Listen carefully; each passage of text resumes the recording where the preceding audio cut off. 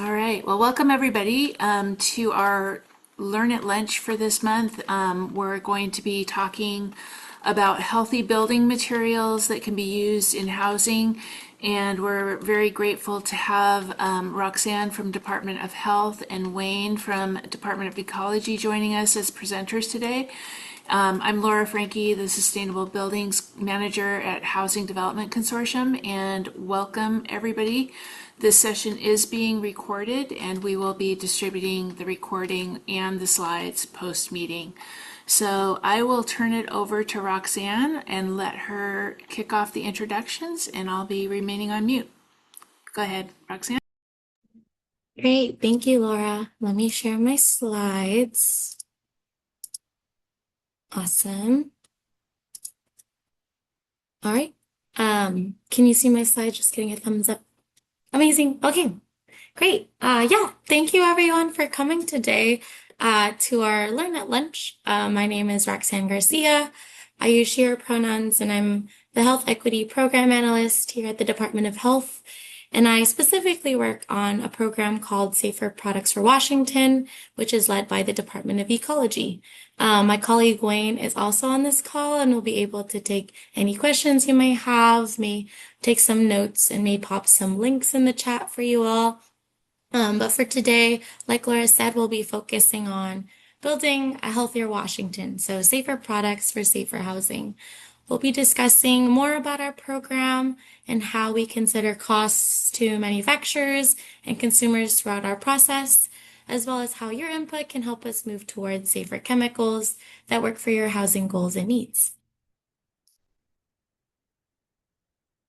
So yeah, today we'll go over how our process works, how we assess chemicals and why, some examples we have, an overview about how we do cost analysis, and then also leave some spaces for discussion and for you to also share your input. So let's get started. Safer Products for Washington is a law that was passed in 2019 that works through a 5-year repeating cycle that includes 4 phases. In phase 1, we identify toxic chemicals, or what the program calls priority chemicals. In phase 2, we identify consumer products that are significant sources or uses of those chemicals. In phase 3, we determine whether we need to take any regulatory actions. And in phase 4, we adopt rules such as restrictions and reporting requirements for applicable products reviewed during our cycle.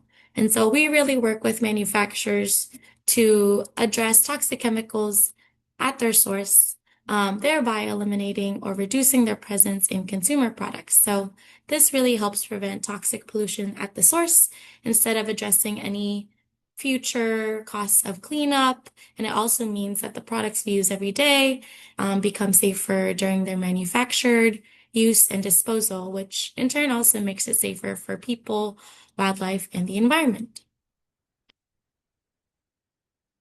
And so, how do we identify safer chemicals? And so, how do we decide if a chemical is safer? And we really assess chemicals based on our criteria for safer, which is a method we use when you look at hazards in toxic chemicals when we review them.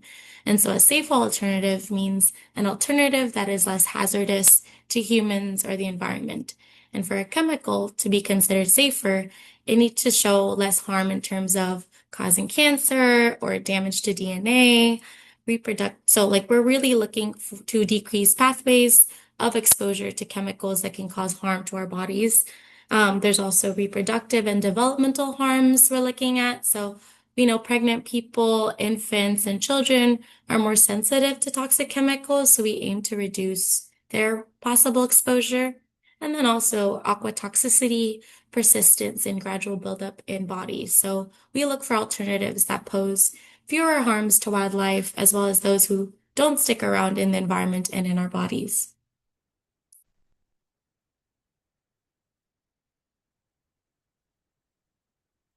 So we also assess feasibility and availability of alternatives before costs, as it helps us determine where the market is with current products and chemicals. So within each cycle, we consider if safer alternatives exist, if those safer alternatives are already used in products, and if those alternatives appear across applications or uses.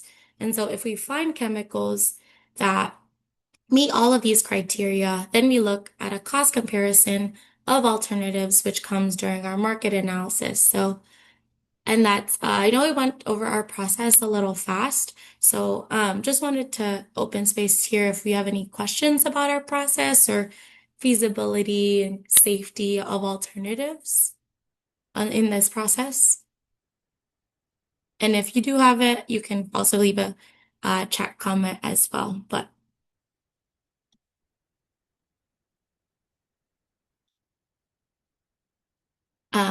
I'm hearing silence. So if not, I'll give an example too on how we did this for orthophthalates in vinyl flooring.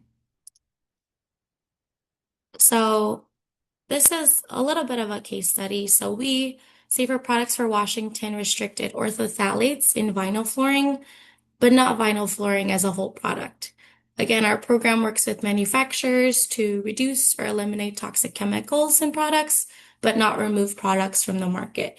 So orthophthalates were restricted in vinyl flooring during our cycle one of our program. And this restriction took effect January 1st of 2025.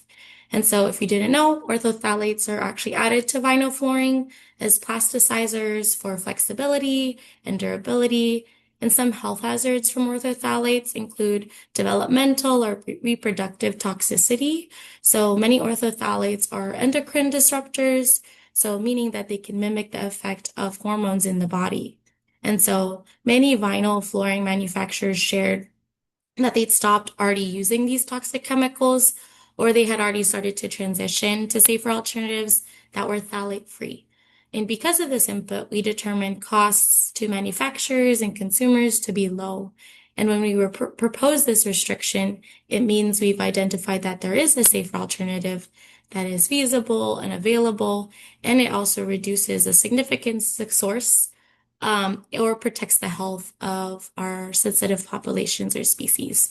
So that is an example of how we looked at alternative products, and also wanted to ask, have any of you experienced other alternative products such as this vinyl flooring example? And maybe does this example resonate or is familiar with you? You can also, I don't know if you can do like the thumbs up here or a reaction or in the chat if uh, this is familiar. And if not, like, what did what do you think about this?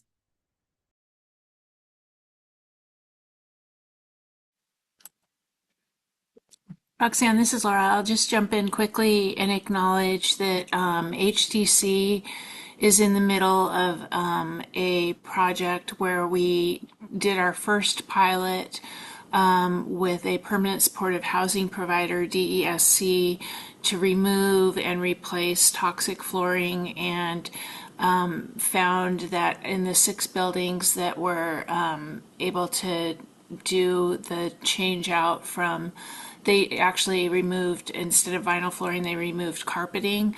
And so it wasn't exactly the same set of toxins that you're talking about here. But we worked with our partners at Toxic Free Futures and Side by Side Architects, and they were able to leverage Habitable to find out that we saved, I should have looked at this up, but it's something in excess of 60, the equivalent of 60,000 bottles of plastic water bottles over the 30-year life of the expected equipment. And the product that they replaced it with was marmoleum linoleum. And not only did it have a similar warranty life, it was actually priced at a price point below what the comparable vinyl flooring would have been. So just put that in as a point of reference for folks. That's Which is, amazing. Yeah. I should also clarify, not no implied you know warranty information. This is not an endorsement from Yes. HCC or any of our members. It's just I was just sharing the product so that people would have a point of reference. Yeah. Yeah, that's great. I love that you already doing that and thinking about like long-term wear, long-term costs too. Yeah, thanks for sharing that. And I also saw some thumbs ups in that chat, that this also is familiar or resonates with folks too. So thanks for sharing that, Laura. Um, so I'll keep going. So we also do a market analysis that examines the associated costs and benefits of a restriction. So also similar to what you were talking about, Laura, like looking at the associated costs and what benefits there could be. So some of the questions we look at are, how much of the market would need to reformulate to comply with a restriction? Do safer ingredients cost a lot more based on what we know in our markets in other states or nations moving towards safer alternatives?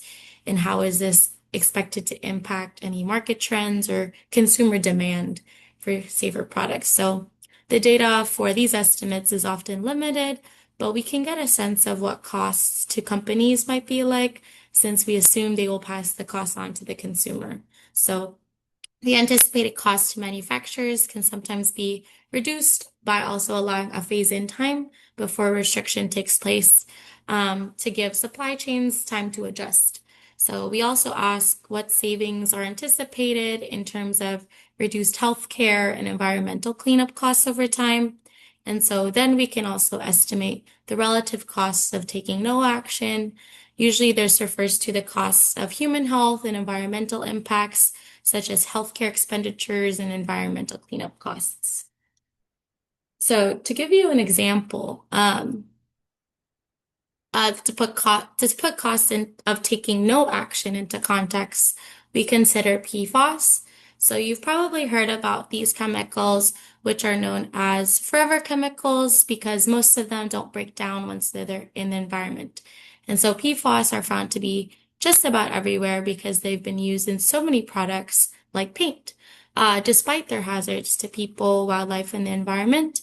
And notably, they're also in nonstick cookware, which is a product category that our program is actually looking at right now. And I'll talk a little bit more later about other products we're looking at. So when we're comparing the costs of taking no action, we're thinking about costs to manufacturers that they have to pay for these use of these harmful chemicals compared to the relative cost to the environment and consumers. So here you can see that manufacturers pay very little to add PFAS to products, but the costs to cities and states to remove PFAS from wastewater, biosolids, and landfill leachate is significantly higher. And not only do these chemicals cost a lot to remove from the environment, there are also costs in human health, which PFAS can contribute to through our drinking, contaminated drinking water, for example. And in our state alone, in Washington, it is an estimated that 10% of our drinking water is actually contaminated with PFAS, which then requires additional costs to monitor, research, and clean this up. And so that's really why our program works upstream with manufacturers to eliminate or reduce these harmful chemicals in the first place before there are any harms to people, wildlife, and the environment. And so costs are being borne by the consumer, but the consumer also bears this cost in the form of any healthcare, or pollution or more. And so an example of this, like now that we've gone through this example, does this remind you of any of the products that you work with too?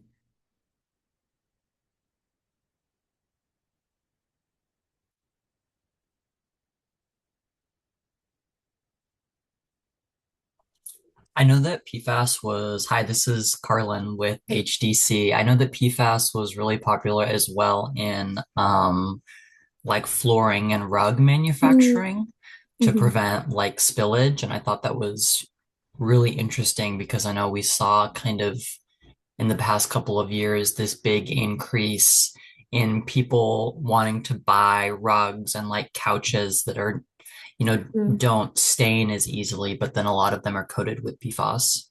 Mhm. I'll just jump in and say too, our program restricted PFAS in rugs and carpets, and that restriction was in effect since 2025. So gradually over time, you should be seeing far fewer of those products available in the state since they are restricted.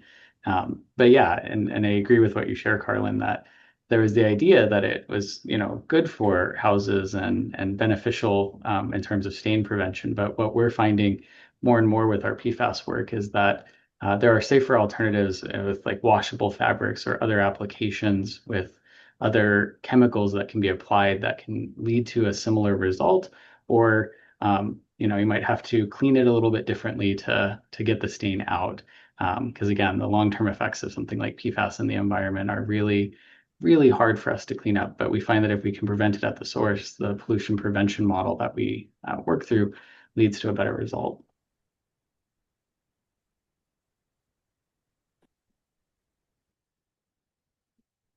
Awesome. Yay. I love the discussion. That's great. Thanks for also chiming in and weighing on some of the things we are working or we've worked on. Let me change my slide. And so continuing on, costs also continue to factor into our work as we enter rulemaking. And so during this 2-year time frame, we conduct our final economic analysis before rendering a final rule we'd like to adopt in law.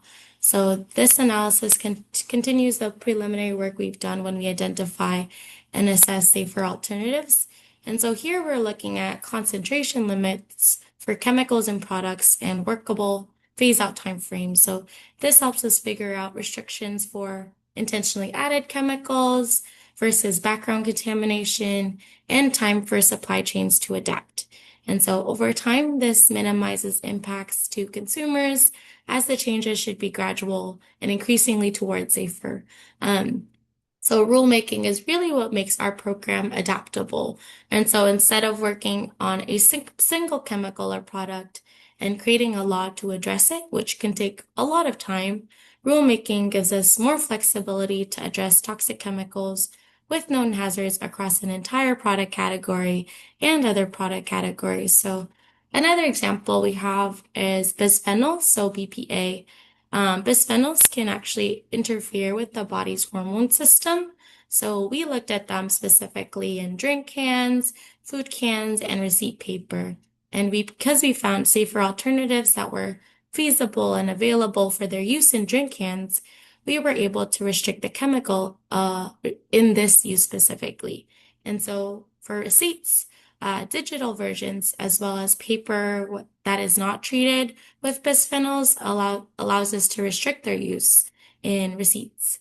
And for food cans, we learned that we needed more information about how chemicals are used and what alternatives exist for this. So we required reporting for this example. So we could revisit bisphenols in food cans in future work if we find safer, feasible, and available alternatives that would allow us to move forward with a restriction. So highlighted on this page is also a picture of a drink can labeled non-BPA liner on the bottom as well. So rulemaking is really also an opportunity for you and others to share your feedback on any of our regulatory recommendations. And we're actually about to begin that process later this year. And so speaking of input, your feedback really matters. You can help us provide insight about industry priorities. We know product costs and performance considerations, other factors we're not aware of.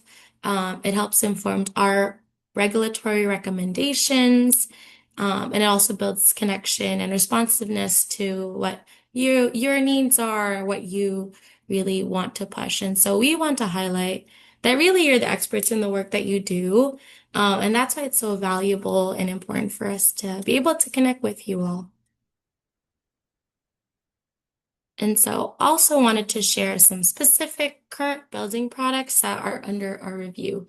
So we are looking at architectural paints, insulation, floor waxes and polishes specifically for PFAS, hard surface sealers, and then sealants, adhesives, and caulk. So these may be really familiar to this group particularly.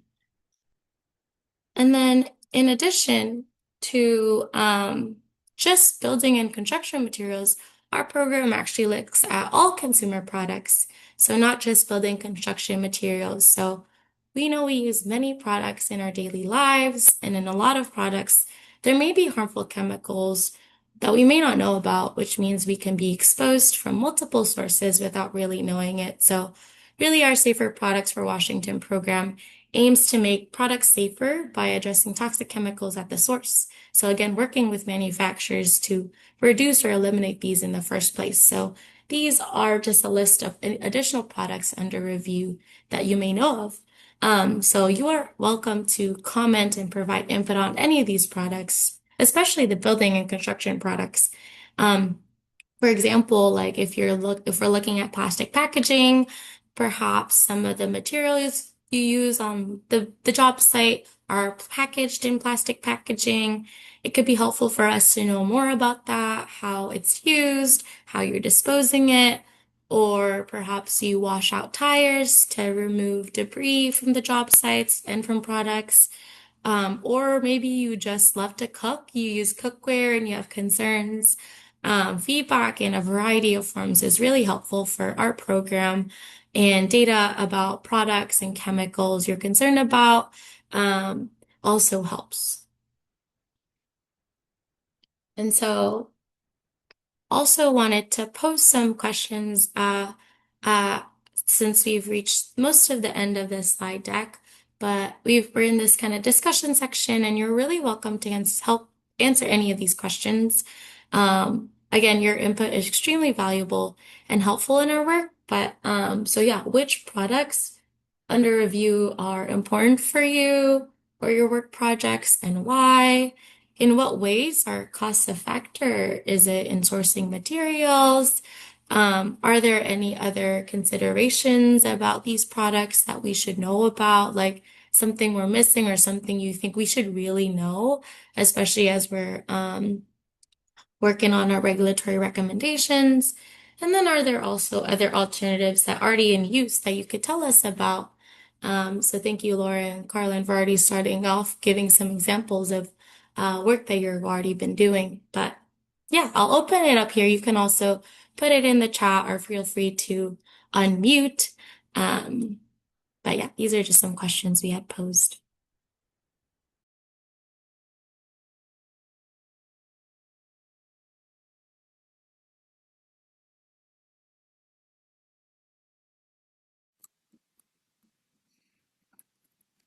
Roxanne, I think it might be interesting if you and Wayne have examples of products in the housing segment of work that specifically are under review and or those that you're considering for alternatives that might be helpful, if that's accessible to you. Yeah, Roxanne, if you want to take it back to the slide with our building materials, we can talk about that a little bit more.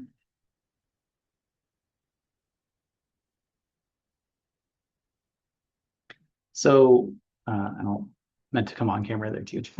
So currently we're looking at these 5 products within our current cycle work where we're assessing alternatives. And we recently did webinar updates about what regulatory pathway each may take. For example, we see possible restriction in architectural paints for PFAS because we've identified safer alternatives that can do the same job.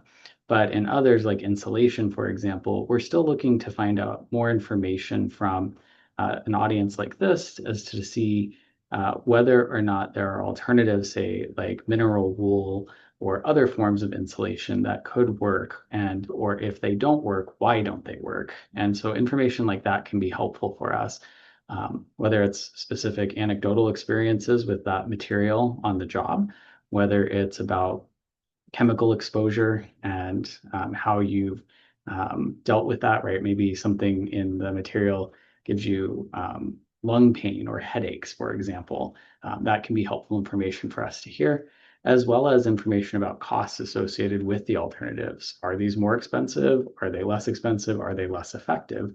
That kind of information when we're in sessions like these is super helpful, and then especially helpful when we do our rulemaking later. So that's part of what we're hoping to continue with you all too, is we're doing this update for this Learn at Lunch. And then in November, we'll publish our draft regulatory report that outlines the direction we think some of these restrictions may or may not go.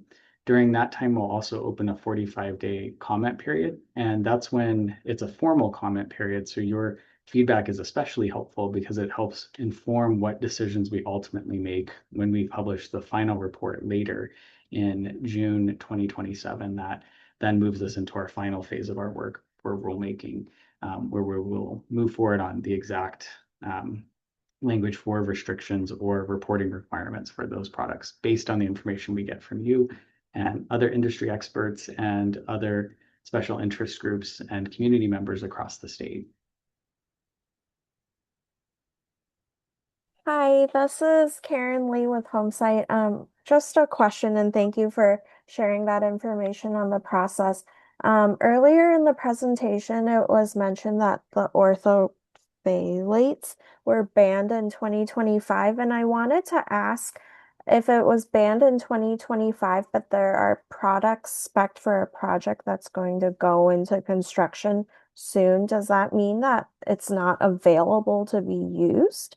Or maybe that's my question. Like when the ban takes into effect, does that impact projects that have already been permitted? Question mark. That's a great question, Karen. I want to follow up with one of our experts, but my understanding is once our restriction is in effect, that means that products that contain those toxic chemicals are not to be sold or distributed in the state following that date. And so if it's being used at a site, it could mean, I can't say for certain here, right? It could mean that that product was purchased before the restriction date and is in use. We can't necessarily regulate in that particular instance. However, generally speaking, it should not be used if the restriction date has already passed. So, but I'm happy to follow up with you after I speak with one of our experts on the technical team about that. So understood. It would be more on like the seller or the vendor side where they would retract the product from the shelves essentially with association to the ban date. But That's good correct. to know. Okay. Yep. We work with the manufacturers to eliminate that in the first place, but there may be some distributors or retailers that are selling that. We, through our compliance division within hazardous waste and toxic reduction, work to identify where there may be those cases where it's still being sold. And then when we do, we work with them to get them into compliance, which often means telling them, hey, you can't sell it in the state. It's not to be sold or distributed by law. And there are possible repercussions for that action. And so usually we see manufacturers and distributors coming into compliance. In fact, they often reach out to us before our compliance reporting deadlines that happen every year in January at the end of the month and are contacting us like well before that, sometimes in December, November timeframe. So we'll see those reports. We work with them and help them understand what they can do and what alternatives may exist that could help with their products as well. Got it. And then just a little bit of feedback that I could share regarding the architectural paints. Recently we did a VE exercise on a project of mine, and it was associated with the hardy board siding on the exterior of the building. And from a cost perspective, our general contractor was able to assess that if the hardy board came in a plain white, it was cheaper to paint it on site versus getting it pre-finished in the color that we had wanted. And so that was a consideration that our organization took when evaluating just costs in general. Thanks for sharing that. That's super helpful. And yeah, that's the kind of stuff too in the future, Karen, as we continue these conversations with you all at lunch and learn kind of events like this. And as we publish our report and hopefully have another opportunity to speak with you all about what's in that report, or you can attend one of our future workshops too to hear updates about that. We would love to hear. And if you could supply additional information, cost comparison stuff, always helpful too. But even anecdotally hearing that is helpful for us because the goal of Safer Products isn't to take away products from the work that you do. It's to make them safer so that your exposure to wildlife and the environment is minimized so that there's fewer health risks and that those costs are determined to be negligible through our cost benefit analysis that Roxanne reviewed over time so that products become safer, more affordable through some element of reformulation or shifting in their process design.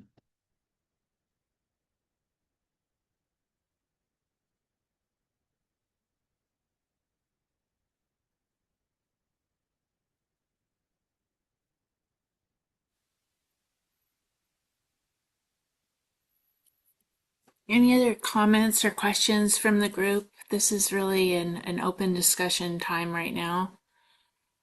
Happy to entertain anything that you are encountering.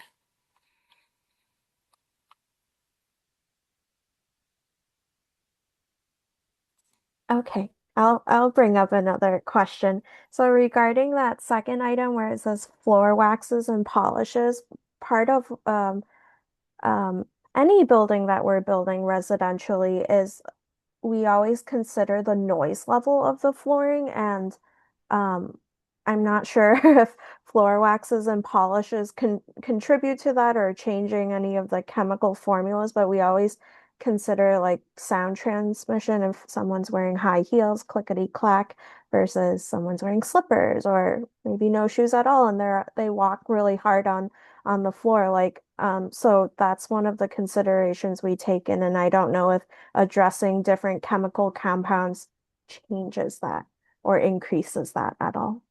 That's genuinely fascinating to hear. I think that is something that could be helpful as well, because again, when designing buildings, when inputting with different materials, and then also thinking about applications of other materials like waxes on top of, say, floor products that you're using, you're thinking about all these different elements that factor into the desired use for that space, right? And then the comfortability of people in that space. So again, information like that can also be helpful later on too for our formal public comment as well, because it helps us understand the different dimensions of the chemicals in the products. Like maybe there's a reason that the floor waxes have a certain viscosity or hardness to them so that they're used in these specific applications. So again, information like that is helpful. I took note while you were speaking about that too. But yeah, before a formal comment period that we'll do beginning in November, again, super helpful to provide that there. It helps inform the decisions that we ultimately make, whether to restrict or gain more information about alternatives before making a restriction. Because part of the reason that people use floor waxes and polishes is to keep the flooring finish nice and to preserve the durability of it, right? And so I'm just curious how that impacts it in the end. But yeah, looking forward to the public comment duration in November, I think you said. So. Yeah, and I think that's helpful to hear too. One of the big things that Safer Products considers with each of the alternatives is that they perform as good as or as well as the chemical that they're replacing, and that's a key factor of our safer, feasible, available analysis, right? That three-part analysis isn't just looking at, oh, it's safer and it's going to be less harmful to fish and humans and the environment, but is the safer alternative used in other applications where we're seeing it be just as effective? And then is it available across multiple price points? And if it is, then we determine that it can be used and therefore the market should move toward that as well. And so if durability is a factor, that's helpful to learn and know about. And again, in which specific applications and from a building or architectural perspective too, as the design is being thought out and as you're planning rooms, facades, all that sort of stuff, like paints that are used on the outside, like you were saying with the boards. Also helpful to hear about that from the perspective of durability to the structure, the integrity of the design itself, and then also in terms of I think too, some of the aesthetics for it as well, right? We don't want necessarily paint to wear down quickly too, right? And I think that's also a factor that you're probably thinking of in the work that you do too. Yep. Okay, last thing for me. Mhm. Just because it's all related to my project, so I'm going through all the parts of the building. For architectural paints, intumescent paint, which is typically used to fireproof any exposed steel in the building interior and exterior, it's a pretty um premium item for projects, and Mhm. we usually in affordable housing try to do it sparingly because it's so expensive. I'd be curious if that had any chemical implications to the environment because once intumescent paint is burned in the event of a fire in the building, then it like bubbles up and then you have to scrape it off and repaint another layer. But it protects the structural integrity of the steel. So I'm curious of how that works in the safer building assessment. Yeah, thanks for sharing that. I know that within the framework of looking at PFAS, that's one of the considerations is because PFAS build up in the environment over time. So if intumescent paints have, I imagine, some aspect of that, that would be a part of that analysis.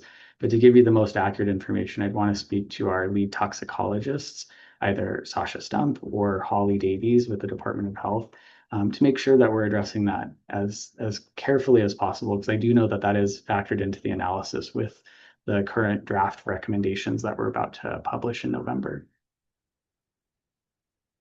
Got it. Thank you. Yeah, thank you. Great feedback and really helpful to hear about these different uses. And same for anyone else on the call with us.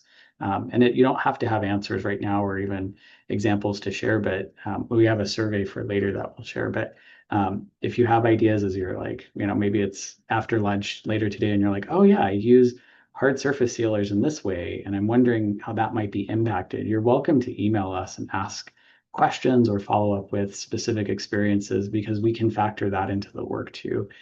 We just want to mention that the formal comment period is the time where it's most impactful in the sense that it is documented, it helps us move the process forward and informs our work. Well, here it's helpful anecdotally as we're doing the research for alternatives to start looking in those places before we publish that report, if that helps make a little bit more sense.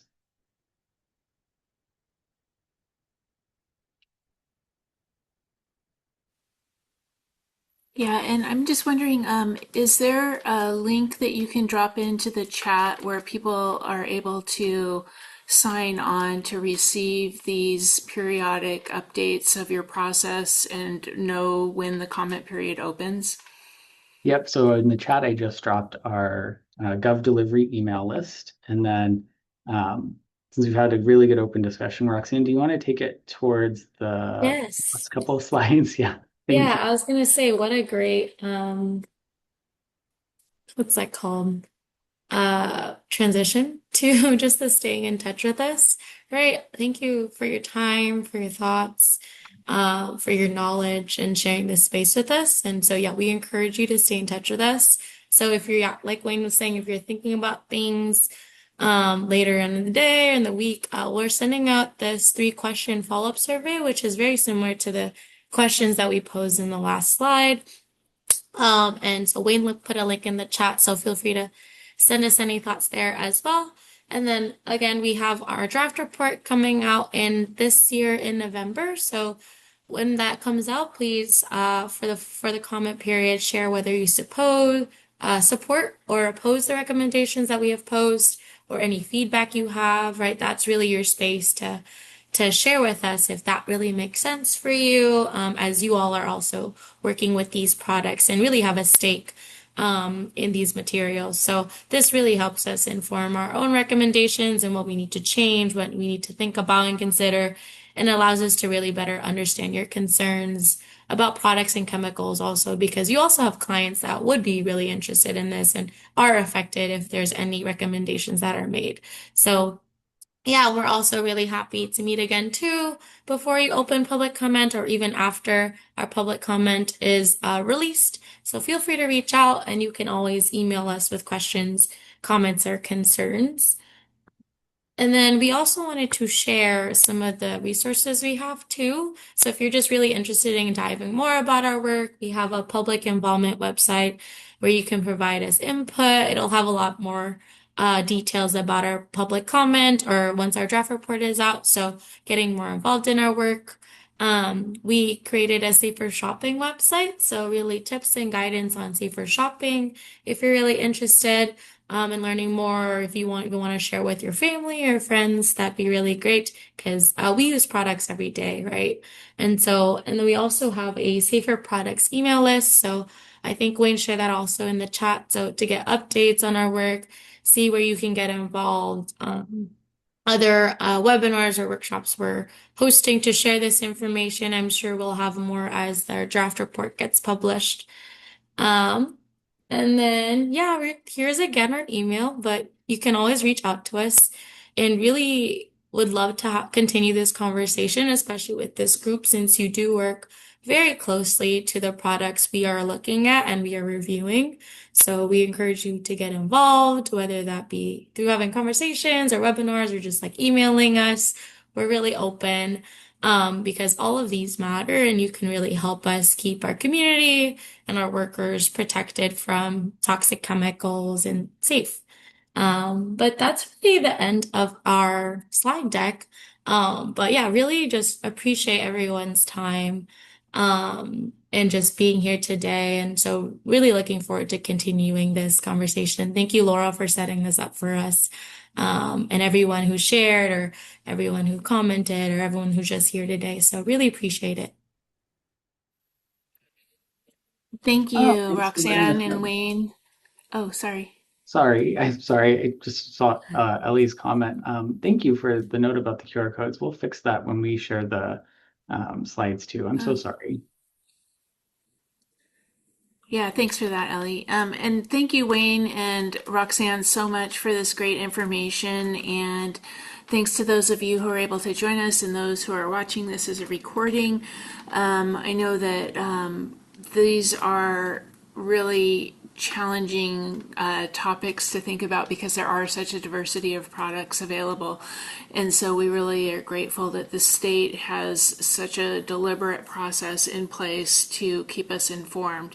So we will look to have you guys back probably right at the opening of the comment period, just so you can share, what the recommendations are and give people guidance on how they can do the comments at that time.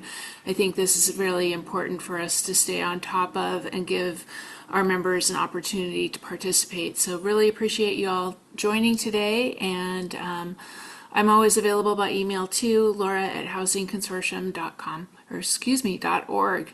laura@housingconsortium.org. I always do that. All right. Thank you all for joining today. We'll talk to you soon.